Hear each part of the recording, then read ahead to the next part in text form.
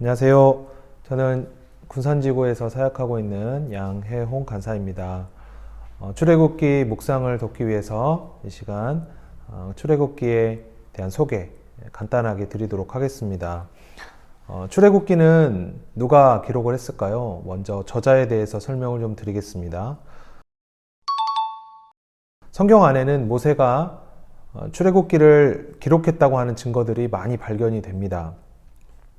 출애굽기 안에도 여러 곳에서 모세로 하여금 하나님께서 이 책을 기록하게 하셨다는 말씀들이 나오는데요. 그 중에 한 구절을 보시면 출애굽기 17장 14절입니다.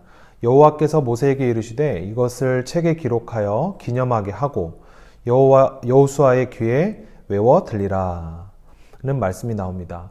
이 외에도 여러 곳에서 이런 말씀들이 있습니다. 그리고 신약 성경에서도 나오는데요. 출애굽기의 내용이 인용되는 곳에 모세가 쓴 글이라는 말씀이 나옵니다. 마가복음 7장 10절에 보면 계명에 대해서 예수님께서 이렇게 말씀하시는데요.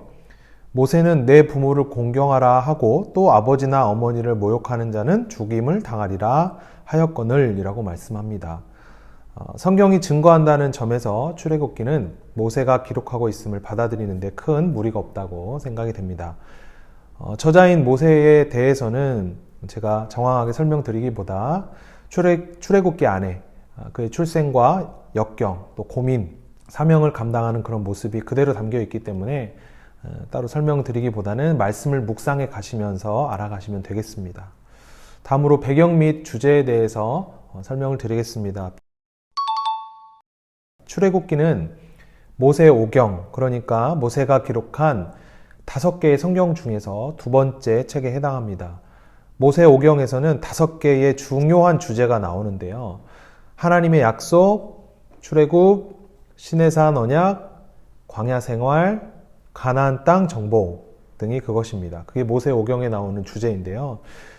출애굽기가 중요한 이유는 바로 이 5가지의 주제가 이 출애굽기 안에 모두 다 담겨져 있기 때문에 그렇습니다. 출애굽기는 무엇보다도 창세기의 연장입니다. 창세기 15장 13절 14절에 하나님께서는 아브라함에게 이렇게 말씀하셨어요. 여호와께서 아브라함에게 이르시되 너는 반드시 알라. 내 자손이 이방에서 객이 되어 그들을 섬기겠고 그들은 400년 동안 내 자손을 괴롭히리니 그들이 섬기는 나라를 내가 징벌할지며 그 후에 내 자손이 큰 재물을 이끌고 나오리라. 이 약속은 아브라함의 아들 이삭과 그의 아들 야곱에게도 이어집니다. 특히 요셉의 초청을 받은 야곱이 애굽으로 가야 할지 말아야 할지를 고민하는 이 창세기의 그 후반부의 내용에 보면 하나님께서는 이렇게 말씀하십니다. 창세기 46장 3절 4절 말씀인데요. 하나님이 이르시되 나는 하나님이라 내 아버지의 하나님이니 애굽으로 내려가기를 두려워하지 말라. 내가 거기서 너로 큰 민족을 이루게 하리라. 내가 너와 함께 애굽으로 내려가겠고 반드시 너를 인도하여 다시 올라올 것이며 요셉이 그의 손으로 내 눈을 감기리라 하셨더라. 이러한 창세기의 서사가 출애굽기로 이어진다는 것은 출애굽기가 담고 있는 내용이 결국 하나님의 약속이 어떻게 이루어지는가를 기록하고 또 보여준다는 것을 알 수 있는 대목입니다. 출애굽기의 전체 내용을 간단히 요약하면 애굽에서 노예 생활을 하던 이스라엘 백성이 하나님의 은혜로 그리고 모세의 리더십을 통해서 애굽을 탈출하여서 시내산에서 하나님과 언약을 맺고 또 하나님의 백성이 되고 하나님께서 그들 가운데 거하시는 성막을 만드는 사건을 기록하고 있습니다. 출애굽기의 내용을 나눌 때 이스라엘 백성들의 위치와 이동 상태를 따라 구분하면 세 부분으로 구분할 수 있습니다. 먼저 출애굽기 1장에서 13장 16절까지는 애굽에서의 이스라엘을 보여줍니다. 그리고 다음으로 13장 17절부터 18장 27절은 광야에서의 이스라엘을, 그리고 다음으로 19장부터 마지막 장인 40장까지는 시내산과 그 주변에 있는 지역에서의 이스라엘 백성들을 담고 있습니다. 이스라엘의 위치가 아닌 또 이야기의 전개상 구분을 해보면 역시 세 부분으로 나눌 수 있습니다. 출애굽을 하게 된 이스라엘을 다루는 내용이 1장에서 15장, 그리고 여호와 하나님과 언약을 맺는 이스라엘을 16장에서 24장, 내용에 따라서요. 그리고 여호와의 성막을 만드는 이스라엘의 내용이 25장에서 40장까지로 구분되고 있습니다. 그렇다면 이 출애굽기를 묵상할 때 우리는 어떤 것에 중점을 두고 묵상을 해야 될까? 묵상 포인트를 말씀드립니다. 앞의 내용을 정리하면 출애굽기는 아브라함에게 주어진 약속이 이스라엘 민족 전체로 발전해가는 과정을 보여주고 있는데요.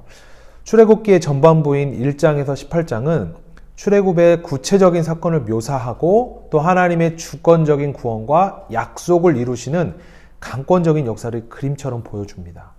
그리고 후반부인 19장에서 40장은 구원받은 이스라엘 백성이 하나님의 언약 백성으로 세움받는 과정을 묘사하고 있죠. 여기서 소위 시내산 언약이 체결이 됩니다.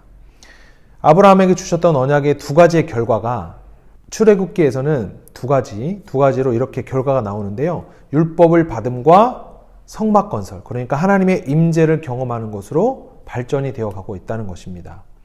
이런 주제의 흐름을 볼 때 출애굽기는 단순히 이스라엘의 해방으로 끝나는 이야기가 아니고 압제자들로부터 해방된 이스라엘이 하나님의 백성이 되어서 마음껏 그분을 섬길 수 있는 기회를 제공받는 것, 그것의 핵심 포인트가 있습니다. 마찬가지로 오늘날 우리가 예수님을 구주로 영접하는 것 또한 단지 그냥 사탄의 지배와 언약의 억압에서 해방되는 일로 끝나는 것이 아니라 더 나아가 하나님의 백성이 되어서 마음껏 주님을 섬길 수 있는 기회를 얻는 일이라는 것이죠. 출애굽기를 묵상하시면서 자격 없는 자를 구원하시고 또 자신의 백성으로 삼고 친히 인도해 가시는 하나님의 이 열정, 열심을 만나시기를 바라겠습니다.